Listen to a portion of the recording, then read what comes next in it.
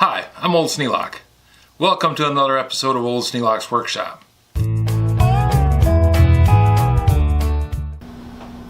Back on January 11th, I went to Vintage Revived. You may remember the video. I went through and looked at all the stuff that they had in the store, and I did manage to find one thing.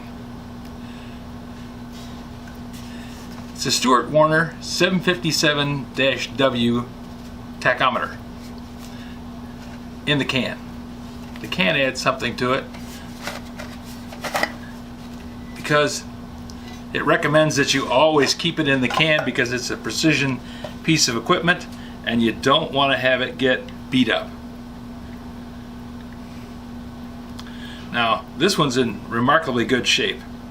No dents or dings, hasn't been dropped severely.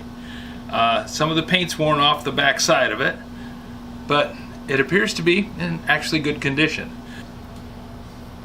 The only problem I have with it is this little thing spins. It doesn't grip the shaft well enough. Now, there's a screwdriver point on the end of this thing, but there's no grip on the inside of the rubber tip. And this thing is called a Stewart Warner tachometer handheld cone rubber tip. Now, this one is the cone-shaped tip, and there's another one that's got a flat point on it.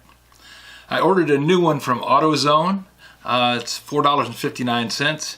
It's going to take about a week to get here. Be here sometime around the March 1st. So, up until then, I'm going to have to do some make-do work on this to make it happen. It does spin just fine. When I read the manual, it said to put a little light oil on the thrust washer. Now I'm not seeing a thrust washer anywhere except on the end of this thing right here. So I'm going to put a little light oil on that and we'll see what happens. I've had a problem with these little rubber tips before. I have a Foley Bell Saw 1055 sharpener. It comes with a honing plate, and the honing plate is driven by a little button a little bit bigger than this one. It's got a 1/2 inch shaft on it that goes on the end of the grinder motor, and that's supposed to drive the plate. Well, I have 3 of them, but they've all gotten hard over the years, and when I got them they were too hard to drive anything. I tried sanding down the outside to get a little rougher surface on it, thinking that would help. It's hard all the way down and it doesn't drive.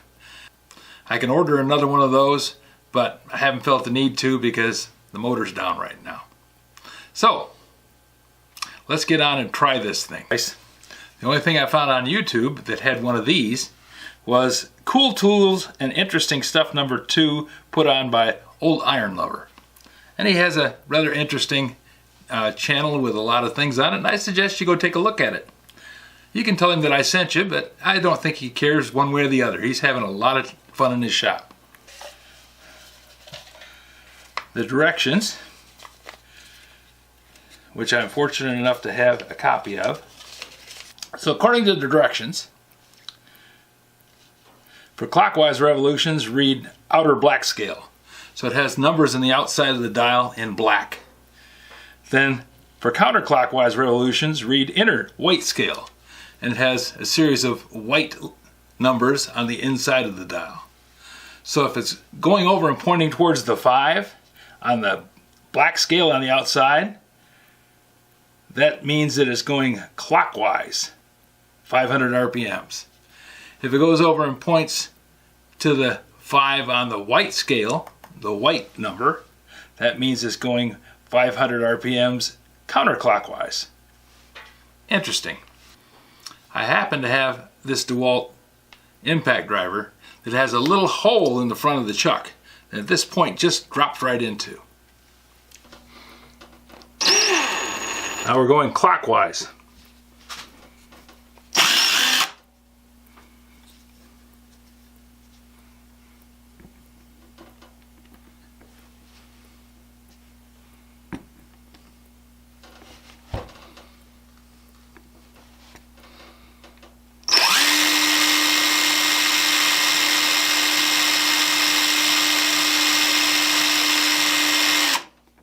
2,000 RPMs.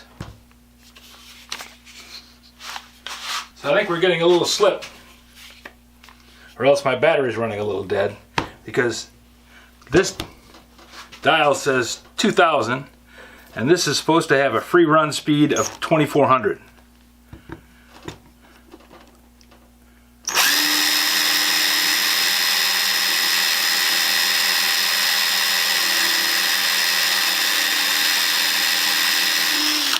Getting about 2100. I think this rubber tip is spinning in there because it's getting glazed. Let's try counterclockwise.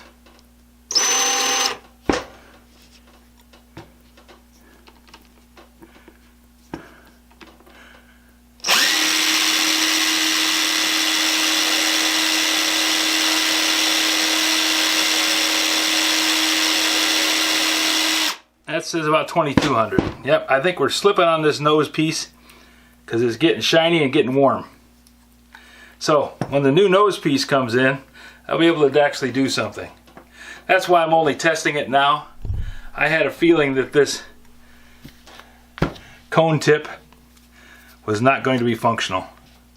It spins on the shaft too easy. I mean, I can spin the cone tip and the shaft doesn't move. And at 2400 RPMs, wouldn't take much to drift off and lose 300 RPMs. I got up to 2200 going counterclockwise, and I got up to about 2100 going clockwise, but I had to really push on it. And I don't think I want to really push on this just to make it engage. So we'll have to wait and see. In about a week I'll have a new cone tip and we can try it again. In the meantime, this is a very cool thing. Stewart Warner has got a great name in the clockwork business. They made speedometers and tachometers and all kinds of devices for measuring distance and speed. The person who had this one very carefully inserted the directions between the two layers of wrapping on the inside and kept his Stewart Warner tachometer in good shape.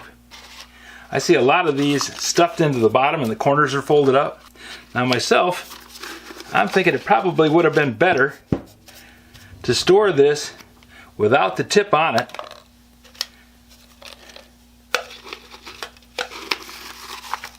and with the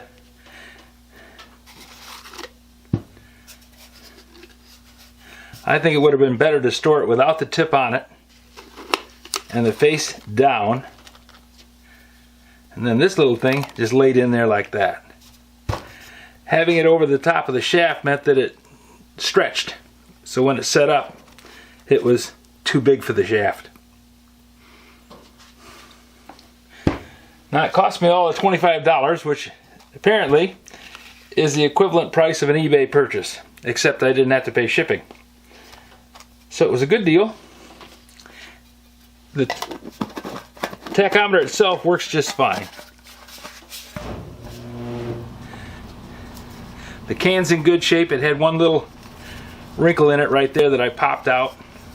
And I'm not going to do any other work to it. I washed it up and cleaned the outside and cleaned the outside of the tachometer. And that's pretty much going to be the way it is.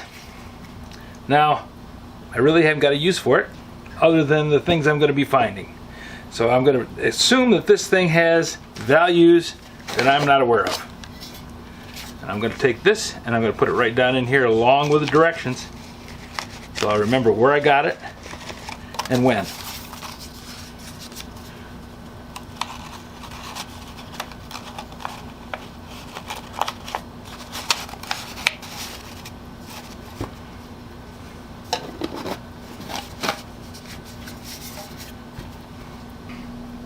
Well, I'm working my way down through the project list. Don't know what the next one's going to be. We'll see that tomorrow.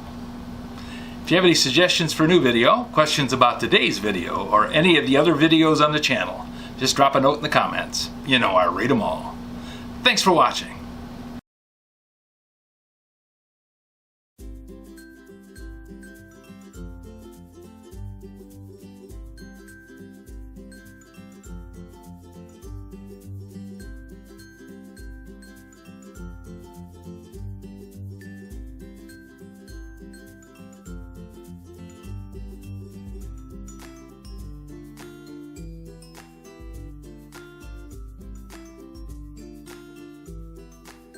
This video is not to be viewed by anyone under the age of 13 in the U.S. or 16 in the European Union without the express written permission of the parents or the legal guardians of the underage person. Such written permission must be on file at the local government entity in charge of enforcing the rules and regulations established by the FTC. Anyone violating these terms is admitting by default that they hold harmless the owners and operators of this channel. Any and all questions should be addressed to your local branch of the FTC.